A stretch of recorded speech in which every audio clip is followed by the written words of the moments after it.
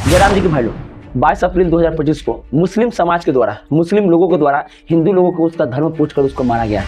पहलगाम की बैसारन वैली, जिसे भारत का मिनी स्विट्जरलैंड कहा जाता है, इस टूरिस्ट स्पॉट पर एक खौफनाक आतंकी हमला हुआ जिसे देखकर पूरे देश की रूह कांप गई है। भाई लोग, मैं कोई विशेष समुदाय का नाम नहीं ले रहा हूँ, मैं बोल रहा हूँ मुस्लिम समाज के लोग, मुस्लिम जो थे इन्होंने हिंदू को मारा। भाई लोग, ये कोई बड़ी बात नहीं है। मैं इससे पहले बहुत ही पहले मैं वीडियो बनाया था कि ये किसी की नहीं है। हमारे देश में आज पाकिस्तान से ज़्यादा मुस्लिम यहाँ तक बढ़ चुके हैं। और मैं आपको पहले ही बताऊँ, अगर आज के समय हम लोग नहीं जाएंगे ना तो इसी समाज में आपको ये सोचने पर मजबूर करेगा कि हम किस देश में जाएं। भाई लोग, आप लोग कहोगे कि हाँ ये बाहर से निकलने के बाद हम नेपाल में चलेंगे, लेकिन भाई आप ही सोचिए, यहाँ से लथार मारने के बाद हम नेपाल में जाएंगे, वहाँ से फिर लथार मारने के बाद हम कहाँ जाएंगे। भाई लोग, मैं इधर उधर का कोई बात नहीं करता हूँ, मैं टू द पॉइंट बात करता हूँ।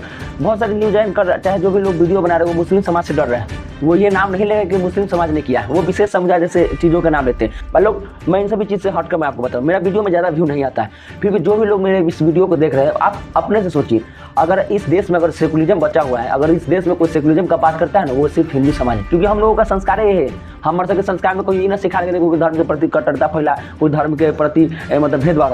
हमारे सबके पहला ही पाठ पढ़ा लगे अतिथि देवो भव भाई लोग। लेकिन भाई लोग, आप ही सोचिए, जहाँ जहाँ ये मुस्लिमों की आबादी बढ़ी है तहाँ हम हिंदुओं को एकाएक घटना पड़ा है, हम हिंदुओं को वहाँ से एकाएक भगा पड़ा है। चाहे वो 1998 का कश्मीर का पंडितों को भगाना हो, चाहे मुर्शिदाबाद हो, या फिर पाकिस्तान हो, चाहे 1947 में जो बताया, या फिर बांग्लादेश हो। आज के समय पाकिस्तान के अगर भाई लोग आप हालत देखोगे ना तो उनका ये वीडियो क्लिप देखिए, जो लोग पाकिस्तान में हिंदू रहते हैं उनका क्या हाल है भाई लोग।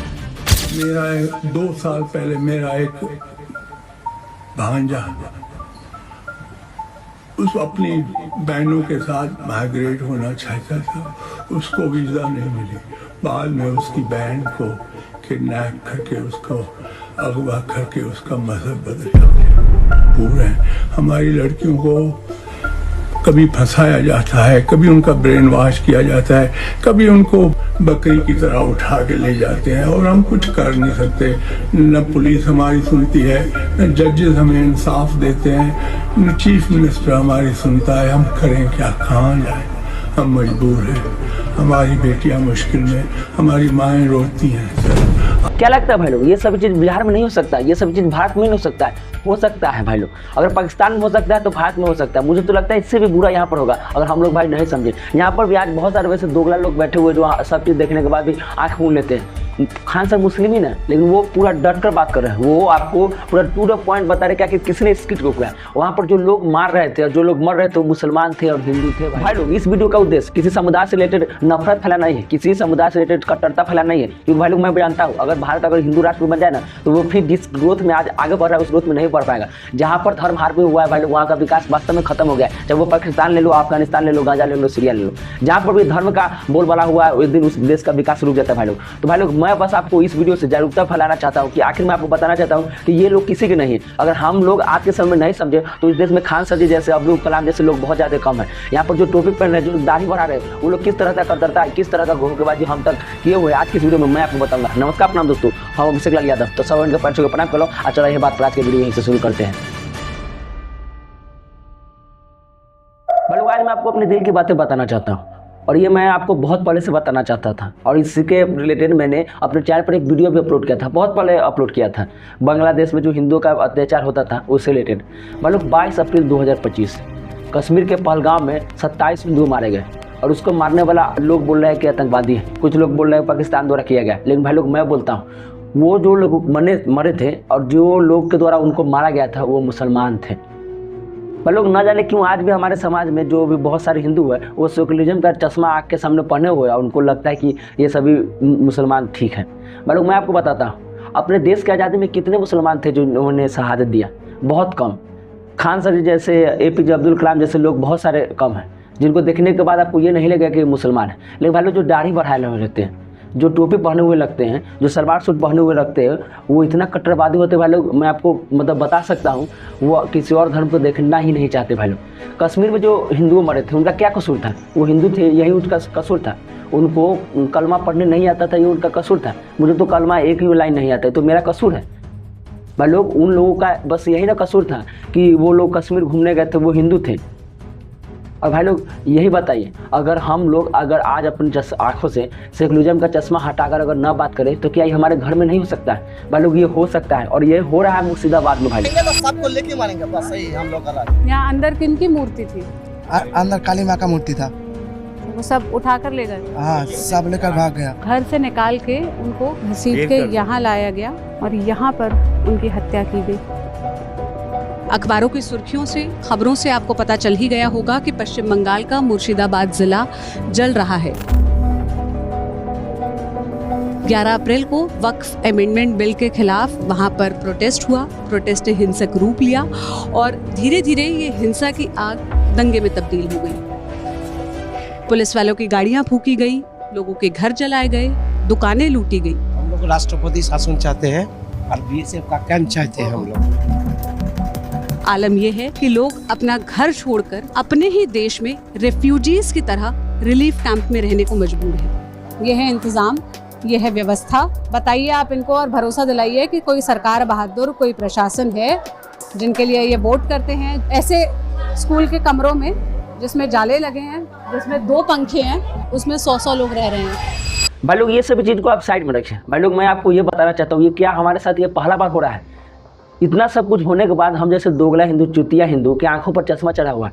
भाई लोग ये सिलसिला जब मुसलमान हम पर अत्याचार करने का शुरू किए थे, वो 712 ईस्वी मोहम्मद बिन कासिम का भारत में जब आगमन हुआ था, तब से शुरू हो रहा है। भाई लोग हमारा क्या कसूर था जो 1000 सालों तक हमने जजिया कर दिया? हमारा क्या कसूर था जब मुसलमान हमारे देश पर पहुँचे तो हमारे बहन बेटियों को उठा कर ले जाते थे? भाई लोग आपको लगता है कि ये सब झूठ बात है? भाई लोग आज पाकिस्तान में देख लीजिए, वहाँ पर 7% हिंदू थे जब पाकिस्तान बना था, लेकिन आज के समय 1% भी नहीं रहे हैं। दिन दहाड़े वहाँ के हमारे बहन बेटियों को उठा कर ले जाता है और उसको धर्म परिवर्तन वहाँ पर किया जाता है। भाई लोग क्या ये भारत में नहीं हो सकता है?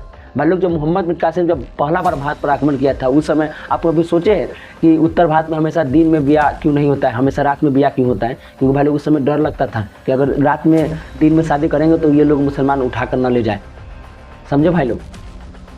भाई लोग राजस्थान की जो रानियाँ थी उसको जोहर क्यों करना पड़ा था? इन सभी कारणों, इन सभी मुसलमानों के कारण। भाई लोग जब भाई लोग हम अंग्रेज का गुलाम हुए, जब अंग्रेजों ने हमें गुलाम बनाया, तब भाई लोग हमारे जो पूर्वज थे, जो भगत सिंह थे, जो महात्मा गांधी थे, वो सभी देश को आज़ाद कराने के लिए लड़ रहे थे। लेकिन ये मुसलमान लोग मार्लो मिंटो सुधार 1909 का अधिनियम जानबूझ कर लाया गया था कि हिंदू मुस्लिम में फूट डाले।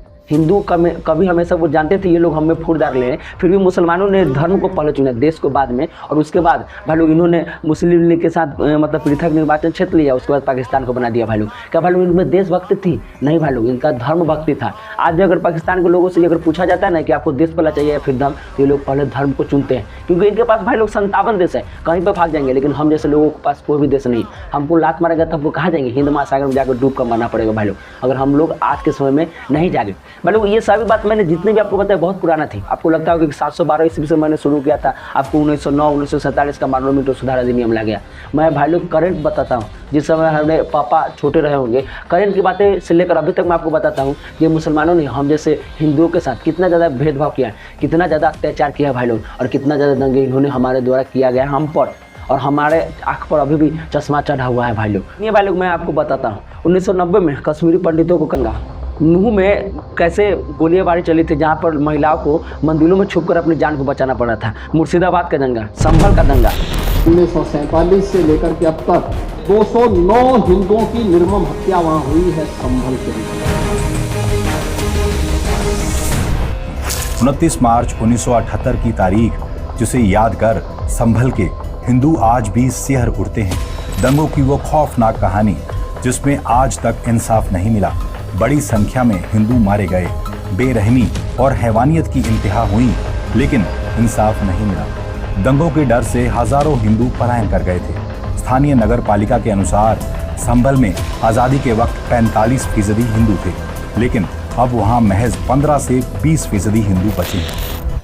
भाई लोग साबरमती एक्सप्रेस में 52 मतलब कोच नंबर मुझे पूरा डिटेल याद नहीं है, उसमें एक कोच पर जो कांवड़ यात्री आ रहे थे उनको जिंदा जला दिया गया था भाई लोग। उसके अलावा भाई लोग बहुत सारे वैसे दंगे होते हैं जो हम लोगों को पता नहीं चलता, शायद मुझे पता नहीं है, लेकिन फिर भी बहुत सारे वैसे चीज़ होते रहते हैं हमारे देश में जो हम जैसे हिंदुओं के भरोसे पर विश्वासघात की पीठ पर एक खंजर भाई लोग इन सभी मुसलमानों के द्वारा। भाई लोग हम आज मतलब 80% होने के बाद भी हमारे साथ इतना अत्याचार होता है। सोचिए भाई लोग हम लोग जब 20% होंगे तब हमारे साथ क्या होगा। यहाँ पर खदखदा कर थोड़ा सा बहुत निकलते हैं भाई लोग, हमारे साथ क्या क्या हो जाता है। भाई लोग हमारे संस्कार में नहीं है हिंसा, सनातनी मतलब शांति होता है भाई लोग। लेकिन भाई लोग इनके धर्म में ऐसा नहीं है। इनके धर्म में एक पहलू है जो आतंकवादी ही बनता है, जिसको गांजी कहा जाता है भाई लोग। ये वो लोग होते हैं जो काफिरों को मार कर अपने धर्म में लाते हैं या फिर अपने धर्म को बढ़ाते हैं भाई लोग। भाई लोग हमारे धर्म में ऐसा कोई पहलू नहीं। कभी भी हमारे माँ बाप, हमारे पिता या फिर हमारे कोई भी पूर्वज हमें अपने धर्म के प्रति कट्टरपंथी हमें नहीं सिखाया भाई लोग। लेकिन इनको भाई लोग हर दिन मदरसे में सिखाया जाता है।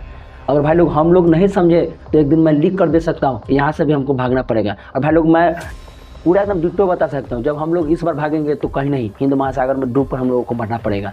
भाइयों और बहनों, कब तक हम अपने आँख को मूंद कर रखेंगे? भाइयों और बहनों, हम कब तक सेकुलर के जो नशा है, जो दारू पी को सुतर रहोगे? भाई लोग तू ही सोच, हम अपना देश में 80% होला के बाद हो यहाँ पर अपना धर्म पूछ के मारल जा रहा है। भाई लोग तू ही सोच, पाकिस्तान में रहते तो हिंदुओं के साथ की होते थे, जे बांग्लादेश में रहते तो हिंदू के साथ की होते थे। भाई लोग पहले ही मुसलमान सब हमारे साथ विश्वासघात करके पाकिस्तान और बांग्लादेश जैसे देश बना ले। भाई लोग अगर ऐसा चलता रहे, ऐसी कट्टरपंथी के आबादी अगर बढ़ल रहे, जैसे आज केरल में हो गए, जैसे जम्मू कश्मीर हो गए, जैसे बंगाल में हो गए, और भाई लोग इसी तरह से ये आतंकवादी के, ये मुसलमान के अगर आबादी इसी तरह से अगर बढ़त रहे तो वो दिन दूर न है जो तीसरा विभाजन भी हमारे देश में देखे मिले। पहले अफगानिस्तान बट गए, पहले पाकिस्तान बट गए, बांग्लादेश बट गए, अब चौथा बार तीसरा बार कोई रोके वाला माइकल लाल पैदा न लेते भाई लोग। अगर हम लोग अपन सेकुलर के झंडा और सेकुलर के चश्मा अपना आँख से न उतारवे भाई लोग, तब तक देखिए भाई लोग, मैं आपको ये नहीं कहता कि मुस्लिम गलत है। हमारे देश में खान सर जैसे भी लोग हैं, हमारे देश में अब्दुल कलाम जैसे भी लोग हैं, वीर अब्दुल हमीद जैसे भी लोग हैं। लेकिन भाई लोग एक 26/11 का हमला करने वाला भी एक मुस्लिम ही था। पहलगांव में जो 2000 परिवार जो मुसलमानों जो आतंकवादियों का सपोर्ट कर रहा है वो भी मुस्लिम है। जो लोगों ने हिंसा किया, जो लोगों ने हिंदुओं को मारा, वो भी मुस्लिम है। तो भाई लोग आप ही सोचिए हम कैसे फिल्टर करें?